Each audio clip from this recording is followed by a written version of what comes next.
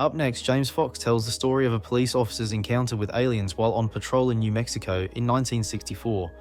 And what makes it even more shocking is the government's swift attempt to silence the officer. History took place at Socorro, New Mexico, April 24th, 1964, at 5 o'clock with a police officer that was on duty by the name of Lonnie Zamora. James explains how the Air Force went out of its way to silence Lonnie, ensuring he didn't talk about it publicly. And according to James, the experience completely turned Lonnie's life upside down. Daughter and his wife told me clearly, and his wife said Lonnie was never the same after that case. But so what did Lonnie see? Lonnie saw two beings at the base of an egg-shaped craft that was landed in an arroyo in Socorro, New Mexico in broad daylight. Lonnie looked out the window of his patrol car. He saw something that caught his eye, and then this object landed. He was actually in hot pursuit at the time. He gave up pursuit to go investigate what was going on, and he sees this object in the arroyo in the desert on the ground. It's such a well-documented case.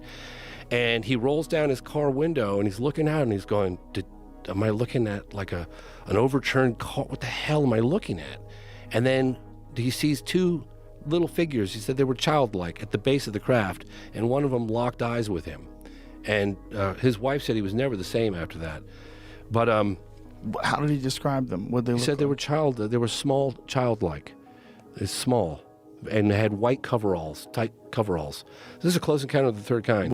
To end this segment, James dives deeper into Officer Lonnie Zamora's incredible encounter with the UFO. He describes how the craft looked, the mind-blowing speed at which it moved, and one detail that stood out, a mysterious symbol imprinted on its body.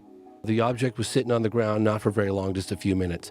Lonnie saw the beings, and he went like around to get a closer look. I mean, he was like, what the hell am I looking at?